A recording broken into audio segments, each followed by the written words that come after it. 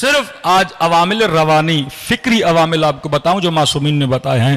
اگر چاہتے ہو کہ دنیا میں بھی خوش رہو اور آخرت میں بھی، یعنی وہ خوشی جو جائز خوشی ہے، ڈپریشن اور انزائٹی سے انسان نکلنا چاہتا ہے، معصومین فرماتے ہیں کچھ عوامل ریزنز ہوتے ہیں فکری عوامل، ہمارا طرز فکر کہ ہم سوچتے کیسے ہیں. اگر آپ اہل بیت کے اصحاب کی طرح نہیں سوچو گے تو خوشی نہیں ملے گی. میں زبان سے علی ولی اللہ کہوں پر میرا سوچنا اس کی طرح نہ ہو. پہلی صفت فرماتے ہیں حسن ظن. جب تک آپ کے اندر حسن ظن نہیں ہوگا، جسے ہم کہتے ہیں پوزیٹو تھنکنگ. آج اکثر لوگ جب نیگیٹو تھنکنگ میں آپ چلے جاتے ہیں تو غم آپ کا شکار کر لیتا ہے. اکثر وہ خواتین شکایت کرتی ہیں شک کی بیماری میں مبتلا ہے.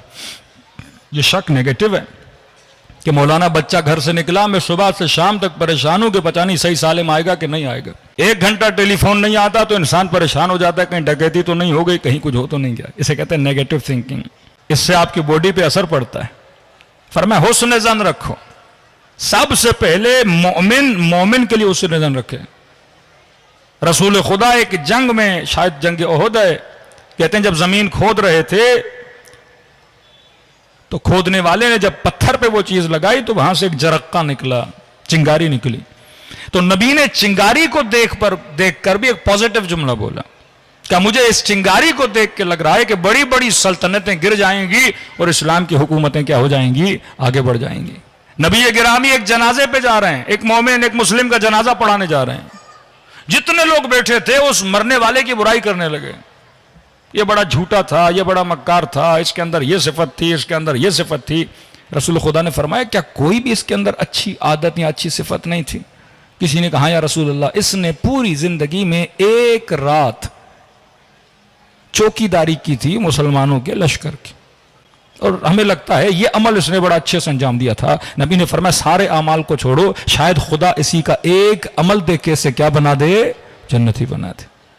کب بندوں سے پہلے اللہ کے لیے بھی حسن ظن کیا کرو. کسی نے امیر المومنین کو کہا کہ مولا کتنا حسن ظن کروں کہ اگر کسی مومن کو کسی غلط جگہ سے یا کسی غلط بندے کے ساتھ گھومتا ہوا دیکھو تو فوراً کہو مثلا فلاں شرابی کے ساتھ گھوم رہا ہے. پہلا خیال ہمارے ذہن میں برا آتا ہے کہ یقیناً یہ بھی شراب پی کے نکلا ہے. کسی زانی کے ساتھ گھومے تو پہلا خیال آتا ہے یہ خدا نہ خواستہ فلاں گناہ. معصوم فرماتے نہیں، اچھا سوچا کرو. برا سوچو گے تمہارا ذہن گندا ہوگا اور تمہارا سکون کیا ہو جائے گا، تباہ و برباد ہو جائے گا.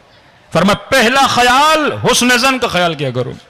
کس نے کہا کہ مولا اگر میں نے پہلا یہ سوچا کہ مثلا شاید اس کو پیسے دیے ہوں، پیسے لینے گیا ہو، شاید اس کی ماں بیمار ہو عیادت کے لیے گیا ہو، شاید اس شرابی کو ہدایت کرنے کے لیے گیا ہو.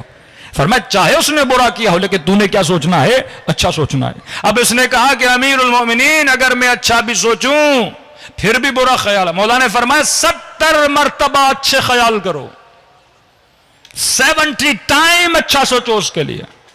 یہ مینٹلی ٹریننگ دے رہے ہیں امیر المومنین، کیونکہ اگر آپ کے مائنڈ کو عادت ہو گئی نا اچھا سوچنے کی تو یہ ہمیشہ کیا سوچے گا، اچھا سوچے گا.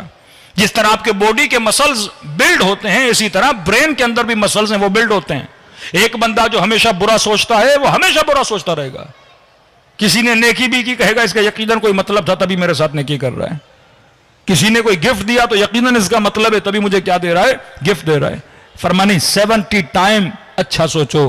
اس مومن نے کہا کہ مولا اگر 70 مرتبہ بھی اچھا سوچنے کے بعد بھی برا خیال آئے تو پھر کیا کروں؟ امام فرماتے اب اپنے نفس کو ملامت دو کہ اے نفس میں تجھے 70 نیکیاں بتا رہا ہوں تو ایک ہی برائی پہ اٹکا ہوا ہے.